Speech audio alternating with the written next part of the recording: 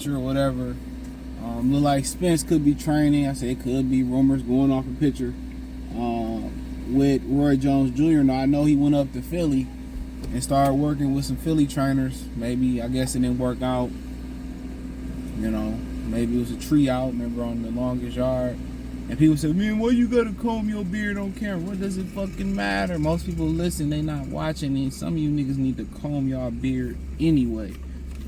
Y'all shit be looking matted like my shit is right now, 24/7. And also, on this channel, I will be addressing this Ben Affleck,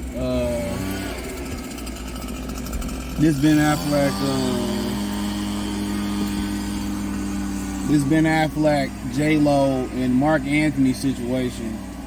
I gotta just get to the computer so I can read it and make sure I got everything right and everything true. So my man sent me the information, so we need to talk about that. But they always want to wait till I start recording and start doing the grass. They cut the grass over here like 20 times a day. But the thing about it is,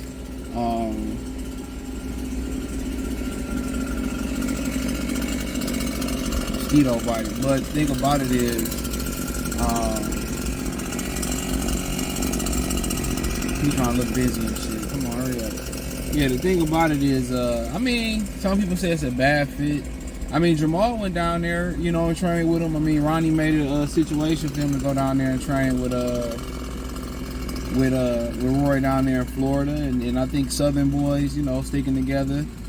You know, when Roy be trying to get guys to fight like him, he was helping David Benavidez, as you can see in the head movement or whatever. So, if it's Errol to get out the city, it's funny how you gotta lose, or you gotta take L's, or you gotta have a setback for us to get our mind right. You know, so we can have clarity. You know, you getting away with doing certain things, and you have a few close calls, and you're like, well, you know, I remember listening to Michael Vick talk about that, like how he knew he wasn't gonna have to be in the NFL and live off his athleticism forever, and he knew he would have to, you know, study and break down the tape. And what's so funny is, guess what? He said he became a student of the game. He studied, he broke down the tape, and he said he thought he was about to have his best year ever. And the dog situation had happened. So you got to understand, we don't always have a lot of time, you know, to get it together.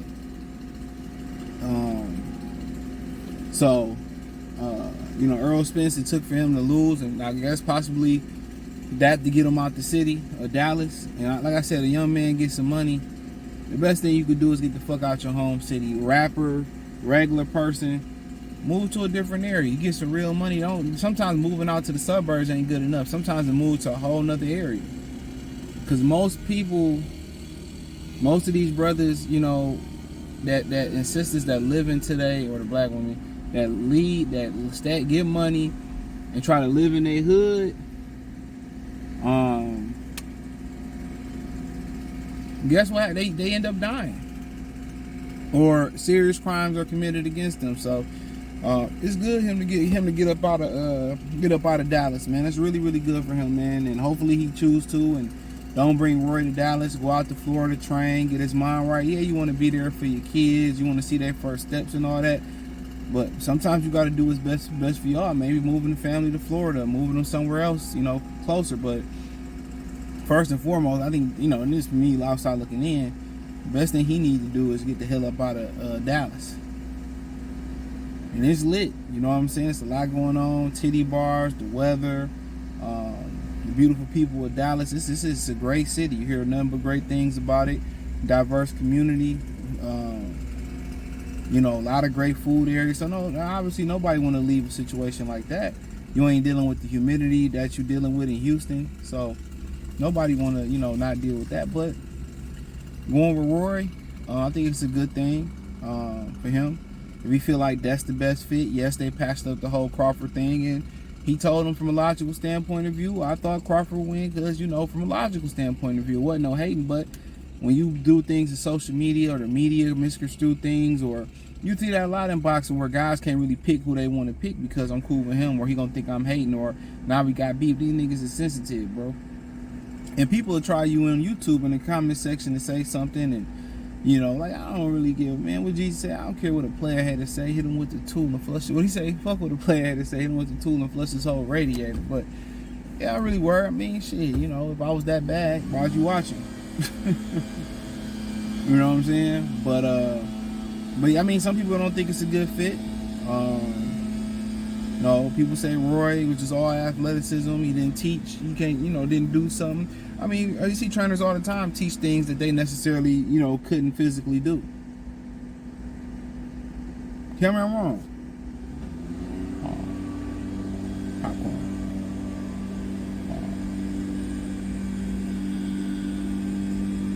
Ain't coming. I need some floss. But yeah, all the time. So a lot of times he kind of get them to fight like him, or move his head like him, and do stuff like him. But you know, he ain't really had a top fighter. You know,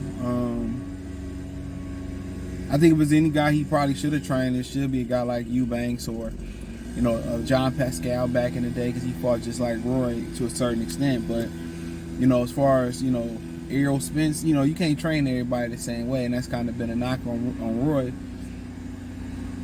Sometimes you got to work on what guys do, and that's one thing I like about Robert Garcia. He worked with what guys can do. You know, it ain't been too a lot of different trainers who had success resalvaging fighters, bro.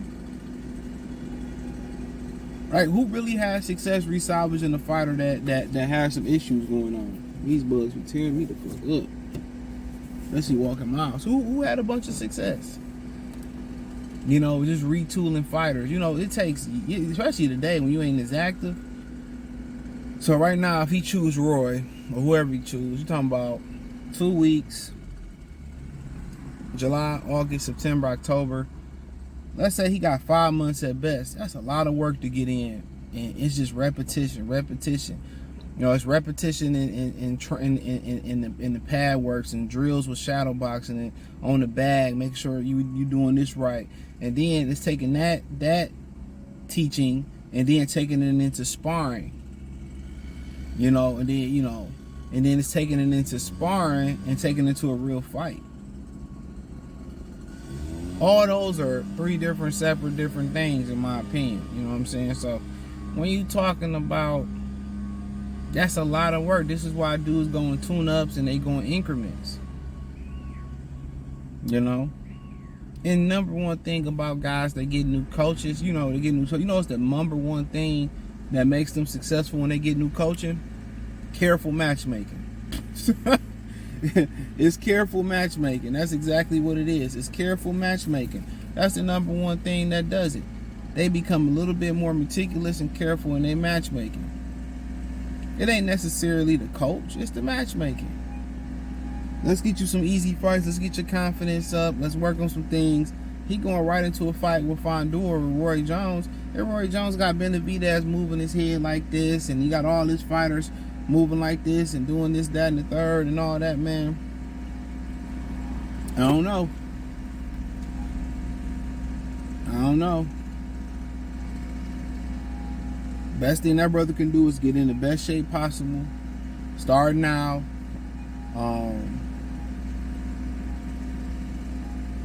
Get in the best shape possible. You know? But in this fight, to beat Fondora, he gonna have to get his head off the line. And if that's with your feet, or if that's with your upper torso, because if you don't get your head off the line versus Fondora, and the way he falls on the inside with his chin hanging over his chin, all his weight on his front foot, and his chin hanging over his front foot like it does. And that's why I know a lot of these guys don't know nothing about boxing. I'm talking about these boxers and these boxing aficionados and these media members and commentators. Either they don't know nothing about boxing, or they just being dick riders. Cause I'm seeing stuff live. I don't even have to break down the footage. I'm seeing things live and the mistakes that they making live. And I'm like, dog, you understand, if you fight like you did versus Terrence Crawford, I mean, you fight like you did going into the Crawford, before the Crawford fight with all your weight over your front foot, your chin hanging. Oh, CJ, you hating. Errol can fight on the inside. I'm looking like, dog, I'm looking at it. I even broke down the footage. On Instagram was showing how he's not a great inside. It's just, he throw a punch, don't bring his head back home. He square up when he throw the straight left. Although you can't correct all them motherfucking things to fight. And the problem is he ain't got a motherfucking hook. He ain't got a hook. Fondora was getting claimed by Tim Tszyu hook early on. He ain't got that hook Tim Tszyu got. He ain't got the answer, Sway. You ain't got the answer. He don't have a hook. So you got a hook. You can't fight on the inside. You can't defend yourself on the inside. I was watching the Sean Porter fight. I said, this nigga ass. He ass. And I meant it. I'm looking at it like, this motherfucker not that good, bruh. You got to understand, that's another brother who had a late start. So I'm looking like, dog, he make 1,000 mistakes. You know, that Bud, he could have came in overweight. Bud was going to beat that ass. Weight wasn't going to happen. It was just too many holes in this game like my goddamn socks. Roy can't cover up them holes. And I think it's a suicide mission for Al Heyman to send him in the ring with Sebastian Fondora the first fight back. That's a suicide mission. You know, and you be like, well, CJ, if he can't, how can he beat Fondora? You better jab with him. Get to that body. Jab with him. But the thing about him, the distance he got to be at, if Fondora just but Fondora won't. Fondora fall in, expose his chin. It's really a good fight on paper. Fondora is not a monstrous puncher ever since the Lubin fight. I still ain't released that video, but if Roy's the man, I love Roy.